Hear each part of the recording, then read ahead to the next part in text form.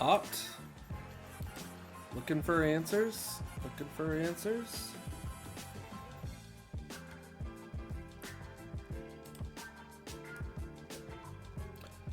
Oh. Oh. Don't do it, Dario. Oh, Dario. What have you done? This is actually pretty interesting.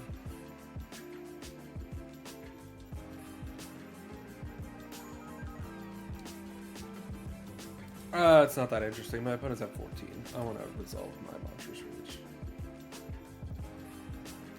Oh, Dario. Dario, my boy.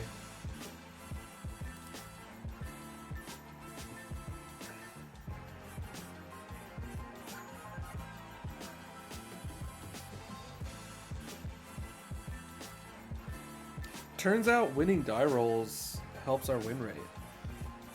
That's crazy. Hello, and thank you for joining me to play some mono red today.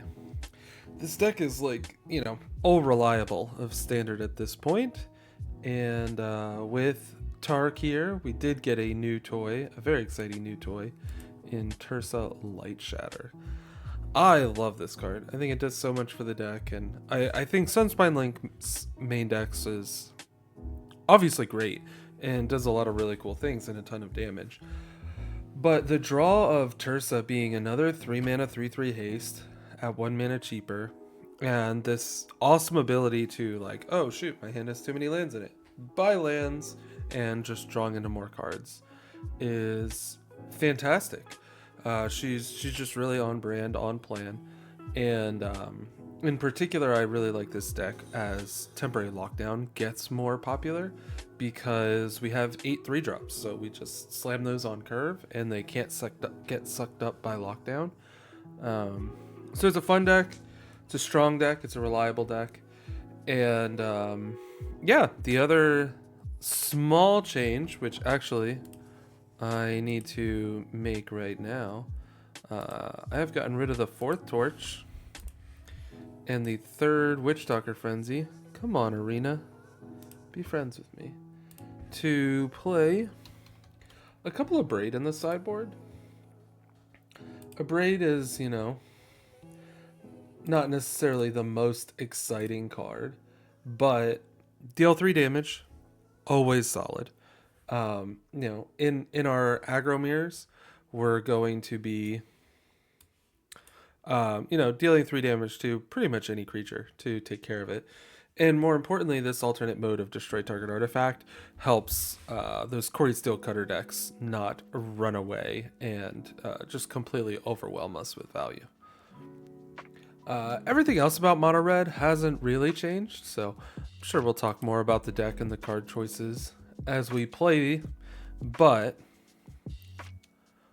let's play Magic. And look at this, I get to keep 7. That's insane. I get to keep 7. Very exciting. I get to go first? That's crazy.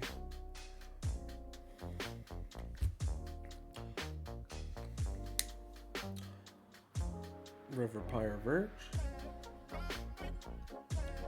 Burst Landing.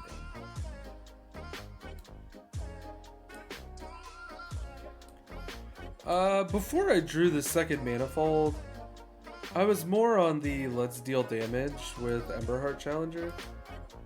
Now that I have a backup Manifold, I'm more inclined to just throw out Manifold. Because it's okay if my, you know, first Manifold eats removal. Let's see if we find that 3rd land. We do. Excellent. Look at us go. We're doing the thing. Fantastic. Fantastic. Corey Steel Cutter. Welcome. Welcome. Sleight of Hand. No Slick Shot. I respect it.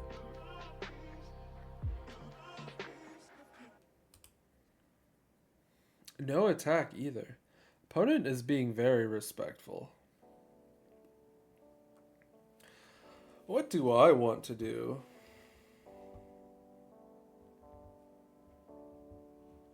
Do I want to just burst this and deal 4, 5, 6, 7? I don't think I do. I think I want to see my top card. Play the second challenger.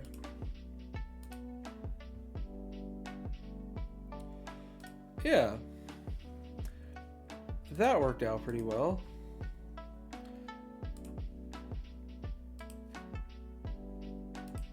So if the opponent takes the bait and blocks Manifold Mouse, they just die.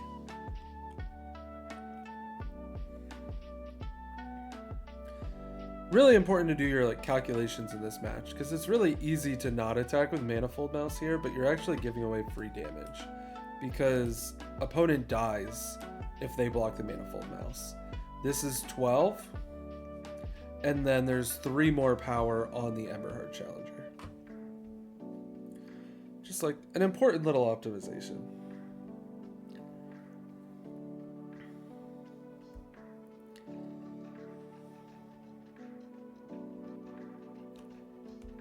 Notably, I guess I should have... Opponent would have died if I cast the Burst Lightning on my turn.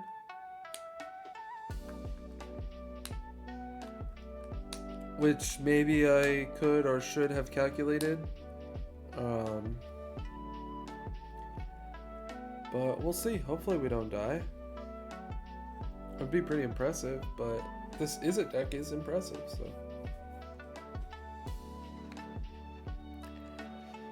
Let's see, Monstrous Rage would be another 6 damage on top of the 8, so that's only 14, so we do win. But we could have done it a turn earlier. Double Rage. Do they still have a land drop, though? They probably still have a land drop. They're gonna have to go land Double Rage at this point. Boop, boop, boop, boop, boop, boop. Alright, we're on the draw, so I'm gonna yoink a Soulstone in addition to the Tersas.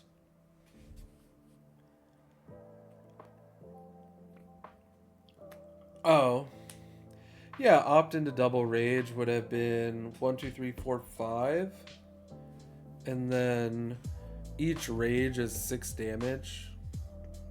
So that would have been 17. Like, opt Rage would have been 17. So we still don't die.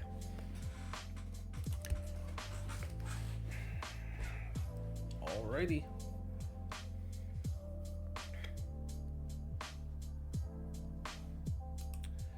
I think they did have a land drop. They could have potentially gotten land. Rage.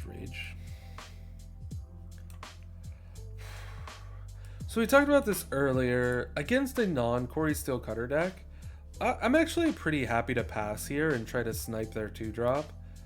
Against Corey Steel Cutter, it feels really bad to not use my turn 1 mana, because now we're also playing against Slickshot, so it's pretty unlikely that our opponent is going to give us a chance to use our mana on their turn 2.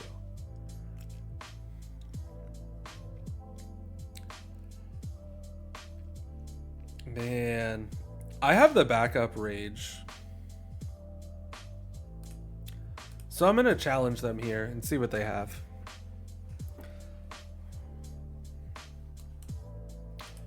If they have double removal spell, alright, cool. I think if they had had another removal spell, they would have used it previously. Callous Sellsword and Mono Red Mice. I think you need to be playing at least 4 Rage, 4 Turn Inside Out before you start considering Sellsword. And even then, I probably want a little bit more juice. I'll play out a threat. Deal 3 damage. Hold this torch. See what happens.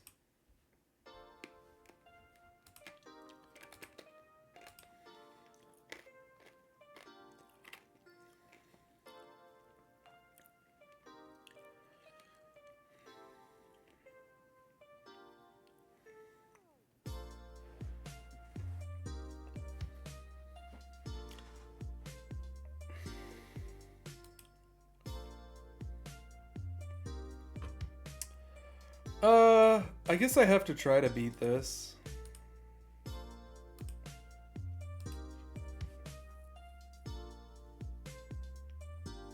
Nice. I'm happy to draw another Hired Claw.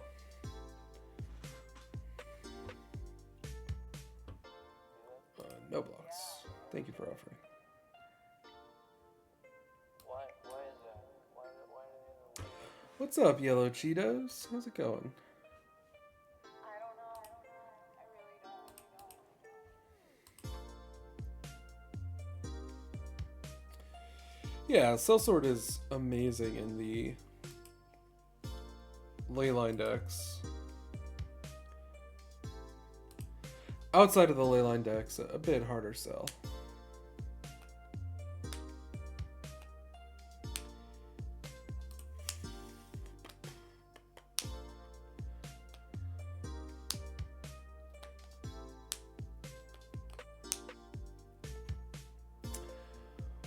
What do you got, friend?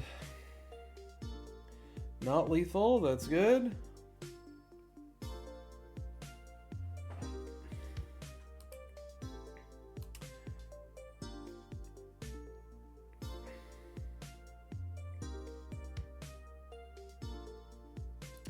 Oh, all right, now we have lethal.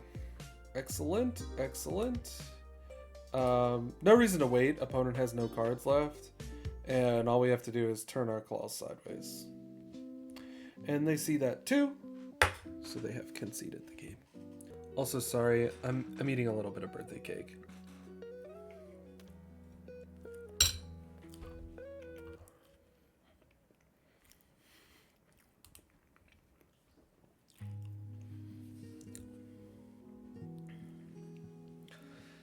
This Corey in the White House Izzet deck is so fun. Corey in the White House Izzet deck. Talon and Corey is so good. Absolutely. You love to see Plains Authority turn 1 game 1 on the draw. You love to see that. By the way, it's rare that I'm keeping 1-landers in this deck. But that one was just too good. I had 4 1-mana spells. Like, I'm on the draw. Too good. Too good.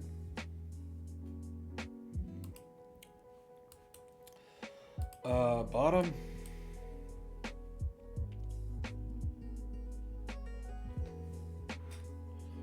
Oh my gosh. Who hurt you, Soul Chucky? Oh my god.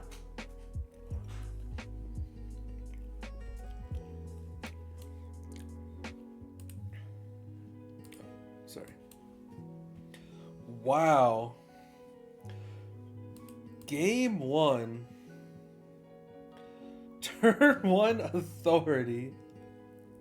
Turn 2 Whale. Turn 3 High Noon. That is crazy.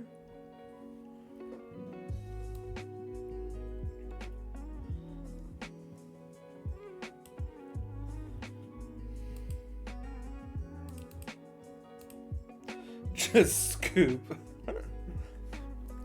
Everything 87%. Oh, you guys are so not wrong. Yeah, that's the funny part. Is like, this is winnable. High Noon is honestly like not the nuts against mono red. That's for sure. So we're gaming. Draw 2, discard a card. You got it, buddy. I'm gonna eat some birthday cake. Oh!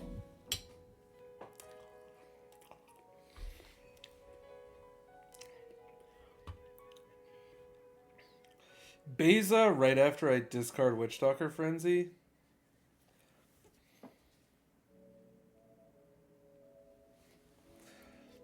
My birthday was 2 days ago.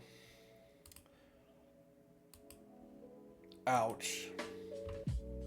They discarded a demo field.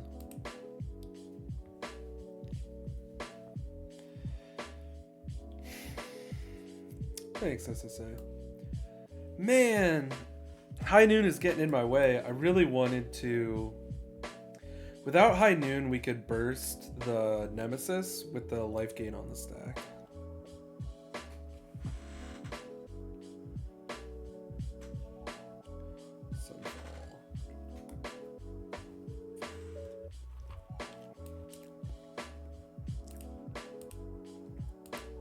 Yeah, High Noon was in the way. Otherwise, we could have done the thing.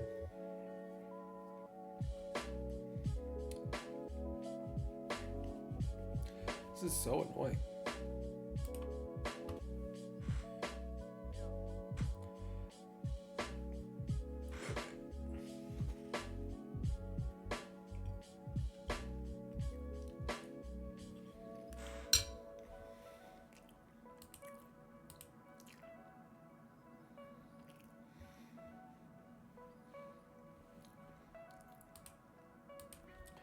Alright, Hateful Human. I'm gonna play Lynx and Case against you.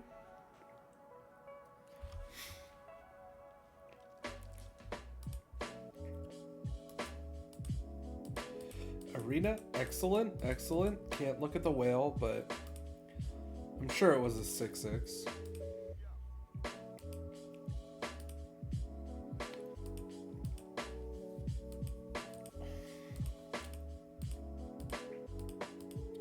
Ugh. I like these cards, but I just have to respect the curve. I can't bring in 4-drops and 3-drops and board out a bunch of 1-drops. But I will let my curve tilt up a little bit.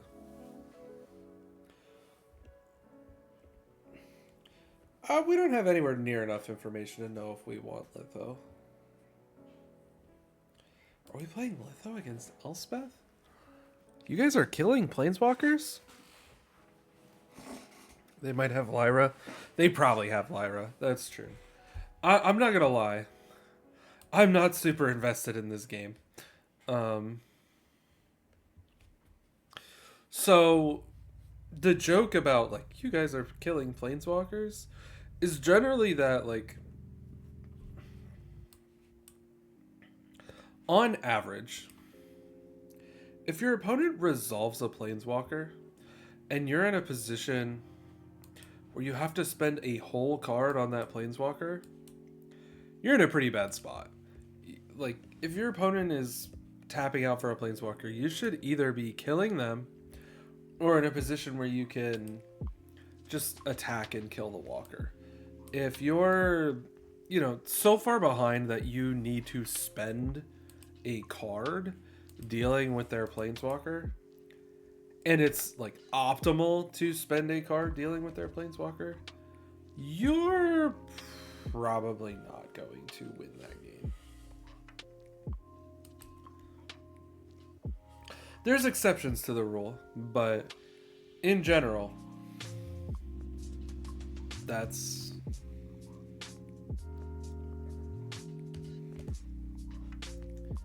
kind of a rule.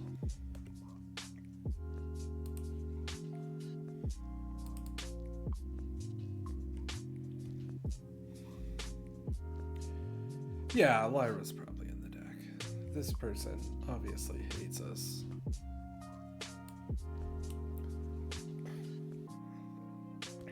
You guys are definitely right about that. Tidebinder. What are you binding? Binding the Manifold trigger. Okay.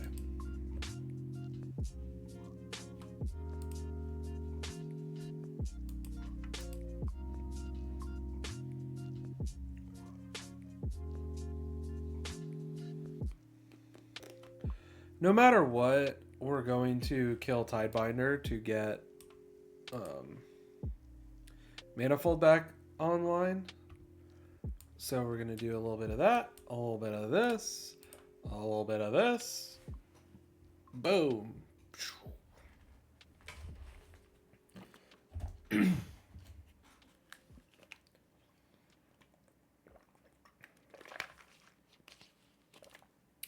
Oh, you're dead. Good job.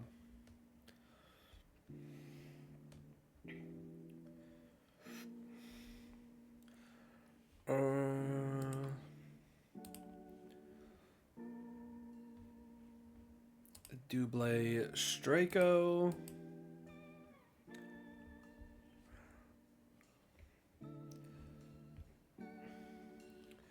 One, two, three, four, five. We'll have 6 mana. I'm actually just gonna put that on top. Boom, boom, cat. It only deals 3 here, unironically, but turning off life gain and having 5 power are pretty good stuff. Oh yeah, 1, 2, 3, 4. I'll hide the cat. Or yeah, I'll hide the second cat.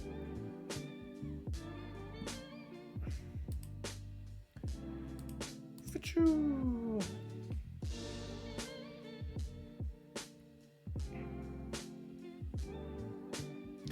Honestly, just taking a game off that deck is an accomplishment.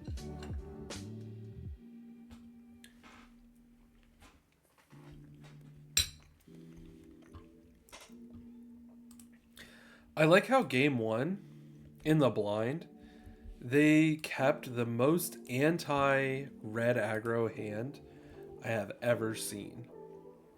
And then game 2 they actually know I'm on red aggro. And it's the most mediocre hand ever. I don't think High Noon is that big of a deal for mono red.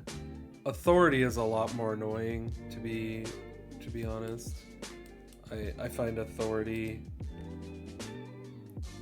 turning off like Tersa and Nemesis pretty annoying.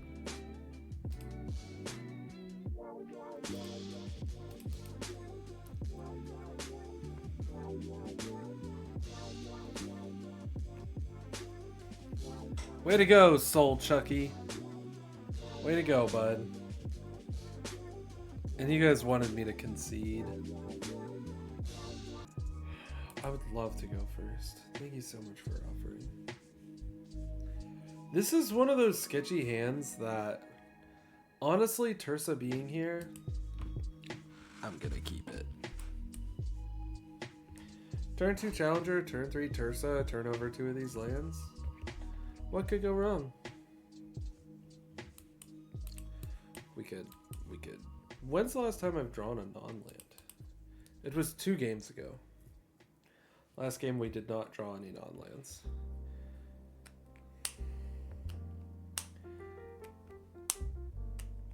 That's okay. We could...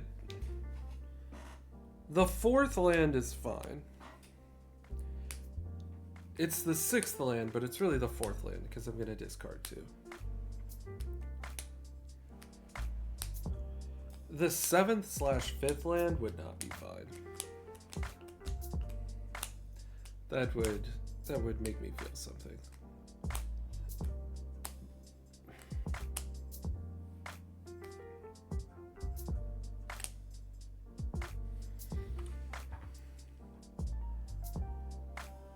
Monstrous Rage?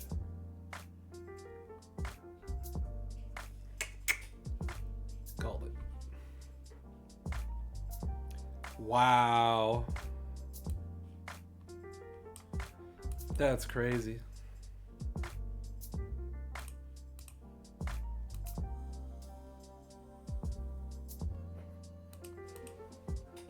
One, two, three, four, five, six, 7, 8. 8 out of 11 cards are lands. 8 out of 11. That's crazy.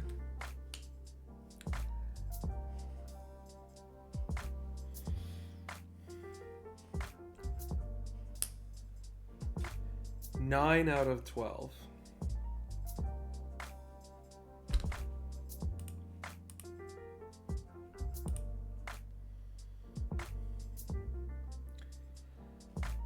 That's legitimately insane.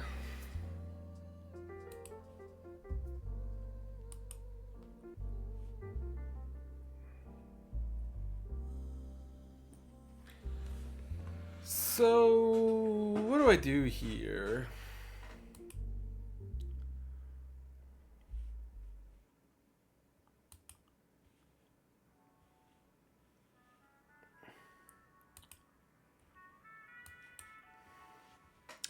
I should be able to cast a 1-mana defensive frenzy. And maybe that's enough to keep me alive. Insane. Go off, King. I'm not doing anything.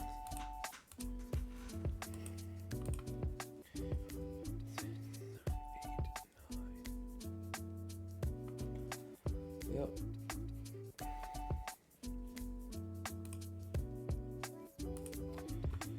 So we block here and here.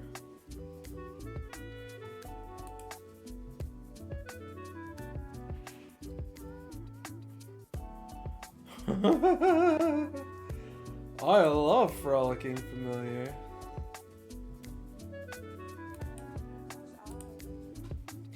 Alright, we successfully didn't die. Good job. Remembering the defensive Witchstalker Frenzy, super critical. Can we find lethal? So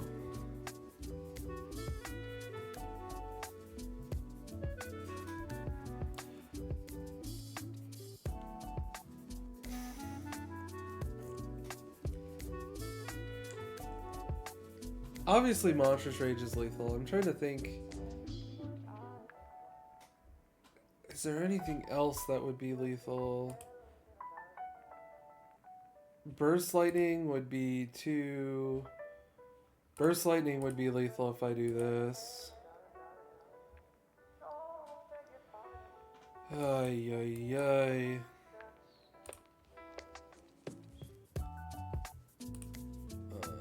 I should have played Soulstone, but I was distracted. That 10 lands in the top 15, 6 straight. I mean, yeah, that's pretty bad.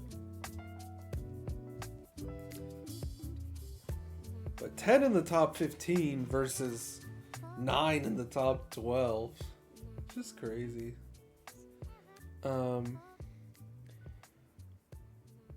I don't think Offspring the Manifold Mouse would have saved. Actually, Offspring and Manifold Mouse, no, it wouldn't have because they had the removal spell. But that's the other line I was thinking about is like, if Rockface doesn't give me extra outs, then I should just Offspring Manifold Mouse to have the extra blocker. But Rockface does give me Burst Lightning as an extra out, so it's worth going for it because one, there's like no lands left in my deck, and two, it was very unlikely that I would survive the turn cycle. Obviously I didn't. Victor? Oh, I love Frolicking Familiar, so GG's, bud.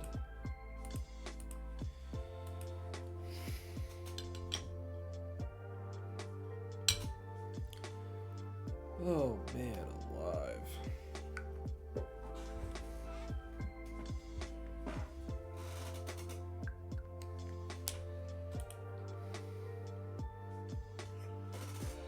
Oh, the aggro special. All lands into no lands. Love to see it.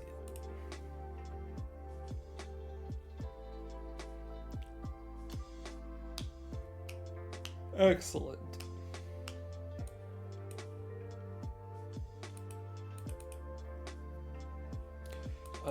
I'm actually gonna just snipe that because I want to play Heartfire Hero this turn and Rage Heartfire Hero next turn. I think my opponent will, you know, prioritize being proactive and establishing some kind of board state over disrupting mine. Or do that and pay a life to cantrip and cast Stormchaser's Talent. Not bad. It would be more mana efficient to cast Emberheart Challenger, but I really, really, really want to resolve this Monstrous Rage. I want the damage, and I want my Heartfire hero to be a 3/3, so that it's out of Burst Lightning range.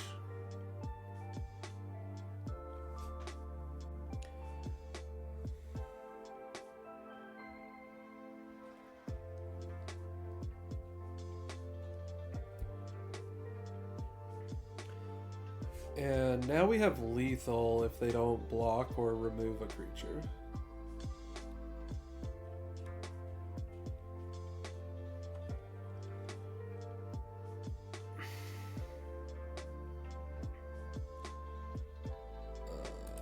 Blocking here feels bad, but my opponent will do it. And then there's not really... I feel like there's not really any reason for me to do anything. I can just sit back. See what they do. If they try to, you know, attack with the Otter and hold back one blocker or something, like, I'd rather save my removal for a blocker than, you know, put them on alert that their dude is already dead. Return target non-land permanent.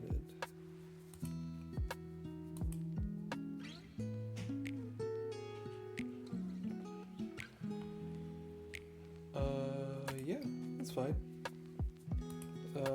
They're just dead to the claw trigger.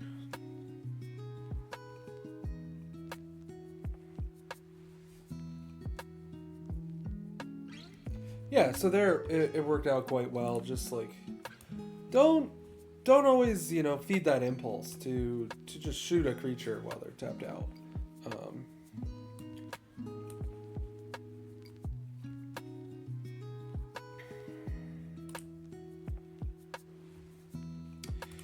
We're on the draw. We'll say goodbye to a Soulstone. Bring back that Lightning Strike. See if after that anti-miracle of a game 1, we can find a way to win game 3.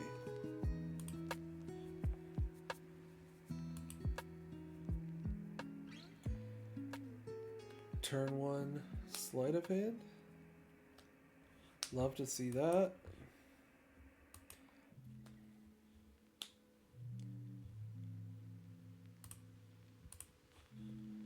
Otter? Otter?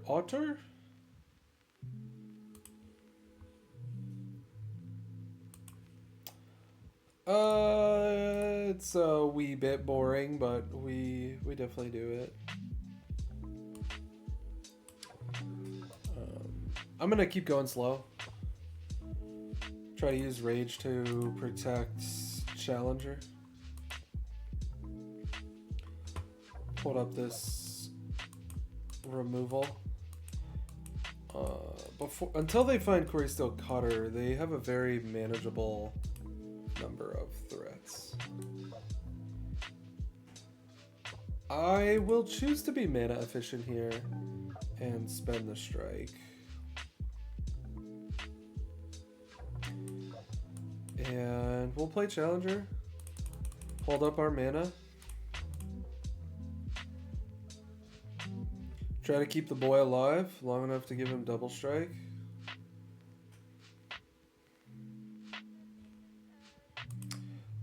Expected. Not bad.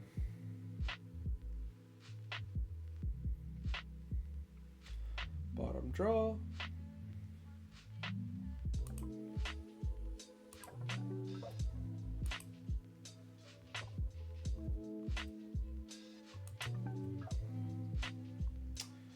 A braid is quite good. No, the auto tapper. Oh, this game was going so well.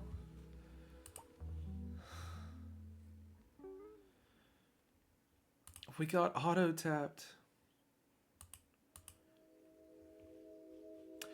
Oh, well, then we just be mana efficient and cast a Braid, which is fine. But if they have the shock, it feels really bad.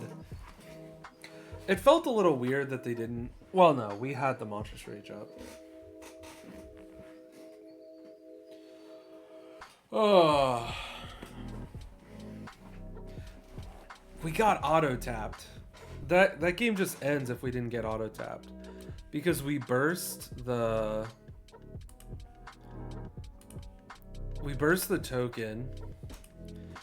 And then they cast burst of their own, and then we cast rage. We maybe even burst face. Oh! God, auto-tapped. Okay, tap this. Come on now.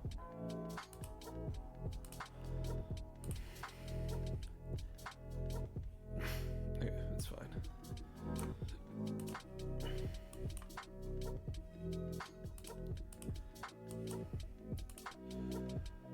So this is 6, 7, 14, 15, 16, 17.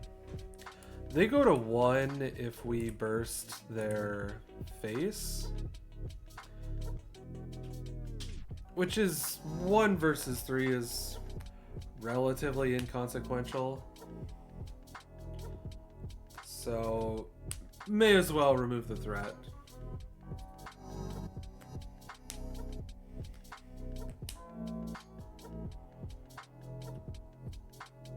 A Braid of their own. Excellent. Good. We're gonna find a way to lose this game. Now, that monk would have dealt 3 damage last turn. And they'd be at 1 instead. Alright. Thank goodness. We're gonna do it in their upkeep. In case they have Spell Pierce.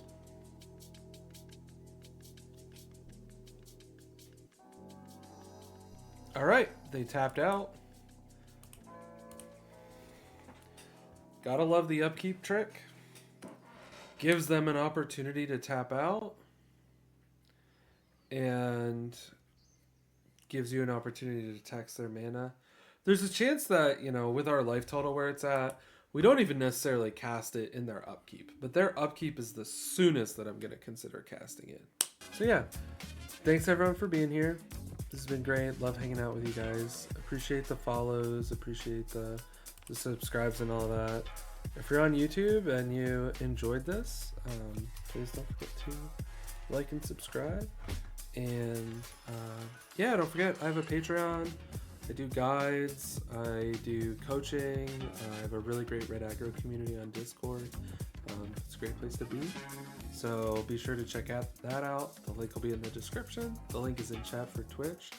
And you can also get 10% off your Heavy Play products by using my link, which is again in the chat and will be in the description. Heavy Play is great. I'm really happy to be partnered up with them. So 10% off. How can you beat it? Anyway, Mono Red, all reliable, does some great stuff when you draw a relatively reasonable mix of lands and non-lands, which I'm not always good at, but I do my best. So thanks for hanging out, and we'll see you guys next time.